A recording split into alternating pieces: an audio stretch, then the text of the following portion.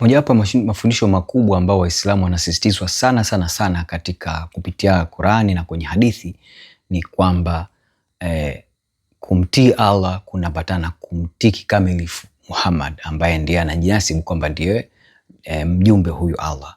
Kwa kupitia Qur'ani, kwa mfano unaposoma sura ya 4 ya Qur'an, hii inaitwa Surat An-Nisa, kwa mfano aya ya 59, tunaona inaposema kwamba enyi mlioamini, mtiini Mwenyezi Mungu na mtiini mtume na wenye mamlaka juu yenu walio katika nyie, na kama mkihitilafiana juu ya jambo lolote, basi lirudisheni kwa Mwenyezi Mungu na mtume, ikiwa mnamwamini Mwenyezi Mungu na siku ya mwisho. Hiyo ndio kheri, nayo ina matokeo bora kabisa. Tunaposogea katika hiyo Suratul Nisa, yani sura hii ya 4, tunakwenda kwenye aya ya 82. Waislamu wanasisitiziwa tena. Hii ni baadhi ya mifano tu. Sura ya 4 hii, Suratul Nisa, aya 80 inasema, mwenye kumtii mtume amemtii Mwenyezi Mungu, na anayekengeuka anajidhuru mwenyewe. Hatukukupeleka wewe kuwa mlinzi juu yao. Naam, ni kwamba Qur'ani inasema tena na tena umuhimu kwamba unatakiwa kama Muislamu umtii huyu Muhammad. Tunapokwenda katika sura kwa mfano nyingine ya 33 aya 21, tunakutana na mambo yanayofanana na hivyo. Kwa mfano sura ya 23 aya 21 inasema, bila shaka mnao mfano mwema kwa mtume Mwenyezi Mungu, kwa mwenye kumwogopa Mwenyezi Mungu na siku ya mwisho na kumtaja Mwenyezi Mungu sana. Kwamba Allah kwa kupitia hii Qur'ani anamzungumzia Muhammad kwamba huyu Muhammad ndio mwenye mfano mwema. Kwa hiyo sababu mojawapo ya Waislamu kutakiwa kumtii Muhammad ni kwa sababu bila hivyo huna mfano mwingine. Kwa hiyo huyu Muhammad anachukua kama ni mfano mwema kabisa katika Waislamu, na ndio maana si tu unatakiwa umtii, lakini pia ufuate maneno yake na matendo yake. Ndio maana katika mbali ya kwamba Qur'ani ni kitabu muhimu kwa Waislamu, zile sunna za Muhammad au zile ambazo zinajulikana kama hadithi ni muhimu sana katika Waislamu. Lakini tunapochunguza maisha ya Muhammad kama mfano mwema, kuna mengi ukakasi mkubwa sana. Kwa mfano tunamkuta Muhammad anaoa kibinti cha miaka 6 na anakiingilia kimapenzi kibinti kile kikiwa kina miaka 9 wakati kabla hajabaleghe. Tunamuona pia Muhammad anakwenda na vunja ndoa ya mwanae wa kupanga yule Zaid, na baadaye anaenda kumuoa mke wa yule aliyekuwa mke wa mwanae wa kupanga Zainab, ambayo ileta mnongono mkubwa sana, mambo mengine mengi kama hayo. Kwa hiyo unapochunguza maisha ya Muhammad na ukalinganisha na namna gani kitu kama hii sura ya 33 aya 21 nazungumzia, unaona vitu vile tofauti kabisa. Lakini silaha kubwa inayotumika kuwafanya Waislamu wengi wabaki katika kumfuata Muhammad kwa sababu wanafundishwa huyu Muhammad lazima wamfate kama vipofu, kwamba hutakiwi kuhoji, hutakiwi kunungunika, hutakiwi kujiuliza maswali, unatakiwa umfuate, tunasema blindly, kwamba umfuate kama kipofu. Na haya ni mafundisho ambayo mashehe wengi wana yafundisha misikitini kule. Mfano mzuri ni mashehe hawa hapa, hebu wasikilize. The Messenger of Allah sallallahu alaihi wasallam, you better believe we follow him blindly. We follow him blindly or not?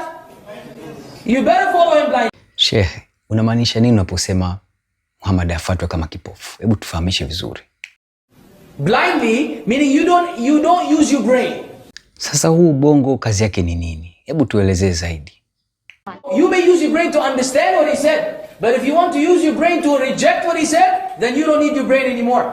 Sikilize na huyu mwingine naye anajenga hoja hiyo hiyo upate kuelewa. The only person not we are allowed, we are obliged to follow blindly is the Messenger of Allah. Shebu tufahamishe, kumfuata huku blind Muhammad unamfuata kwenye mambo gani hasa? For the Messenger of Allah alayhi salatu wassalam, it is to believe in everything he said and to obey him blindly. Huyu mwingine anatuelezea kwamba katika manabii ni yupi ambaye anatakiwa kufuatwa kama kipofu. Hebu msikilize naye. From the Quran and the Sunnah, there's no proof to say that you have to blindly follow anyone other than the Prophet sallallahu alaihi wasallam. Hayo ni maoni na mafundisho ya mashekhe na walimu mbalimbali wa Kiislamu juu ya namna gani unatakiwa umfuate na kumsikiliza huyu mtu anaitwa Muhammad. Sasa tunapoona mambo haya, je, ni kweli kwamba Mungu anataka tufuate mafundisho yake kama vipofu? Tukasome katika Biblia Takatifu, tutasoma katika Injili ya Mathayo sura ile ya 15 aya ya 12 mpaka ya 14. Mathayo sura ya 15 aya ya 12 mpaka ya 14. Inasema hivi: ndipo wanafunzi wake walipomwendea wakamwambia, wajua ya kuwa Mafarisayo waliposikia neno lile walichukizwa?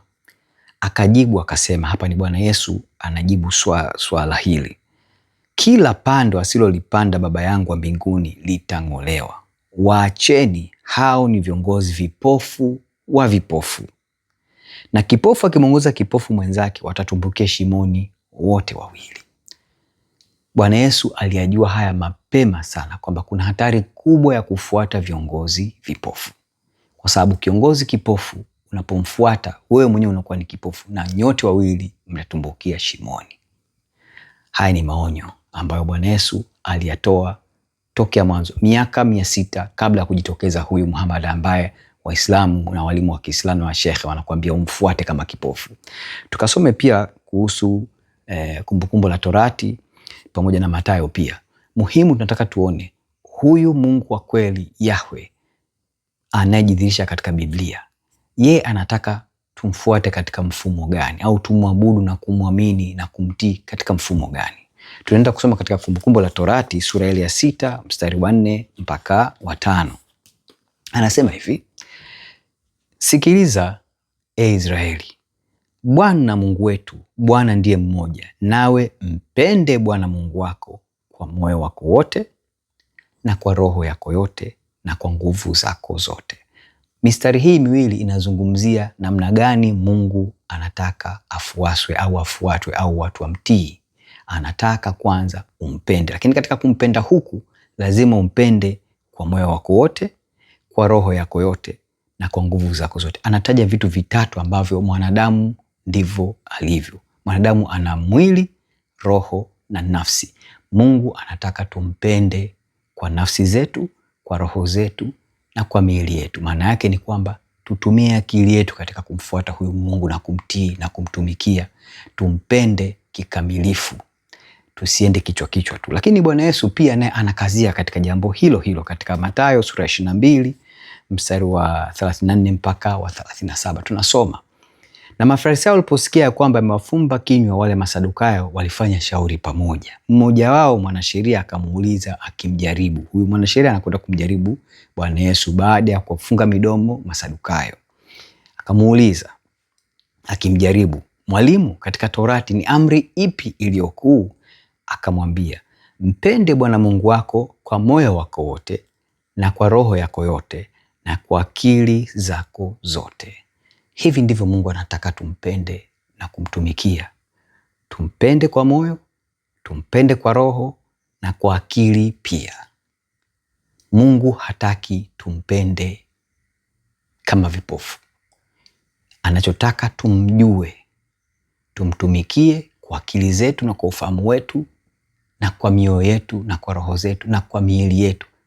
Anataka ibada ya kweli, kwa sababu Mungu wetu ni wa upendo. Mungu aliyetuumba na utashi, Mungu aliyetuumba na fahamu na akili na uelewa. Na ndio maana katika Injili tunaposoma tunamuona pia Bwana Yesu akiwaahidi wanafunzi wake muda mfupi kabla ya kwenda kufa msalabani, anawaambia atamtuma Roho Mtakatifu ambaye atakuwa msaidizi wao, awafundishe na kuwakumbusha yote ambayo alishawafundisha, wapate kuwakumbusha na kuwaongoza, kwamba huyu atakuwa ni mfariji, atakuwa ni mwalimu wao.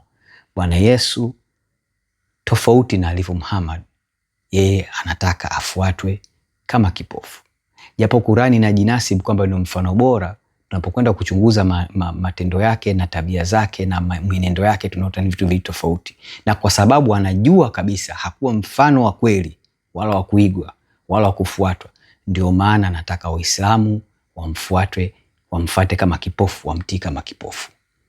Na ndio maana tunasema sisi wa Kristo tunapochunguza maandiko ya Kiislamu katika Qur'ani, tunaona wazi kabisa ni upotofu. Na tunamuona wazi kabisa Muhammad pia ni nabii wa uongo. Na Mafundisho ya upotofu yanatoka kwa nabii wa uongo, hatima yake ni upotevu na maangamizo ya nafsi yako na roho yako siku ya mwisho. Nikutie moyo ndugu yangu Muislamu, unaangalia video hii, soma maandiko haya. Nikukaribishe tu, najua kwa kuwa unaniangalia katika video hizi unatumia simu janja au tunaita smartphone. Download Biblia, soma, msome Bwana wetu Yesu Kristo, uone tofauti yake ilivyo kwa mbali kabisa na huyu Muhammad ambao mashehe wako wanakuambia umfuate kama kipofu. Amani ya Mungu iwe pamoja nawe. Asante sana.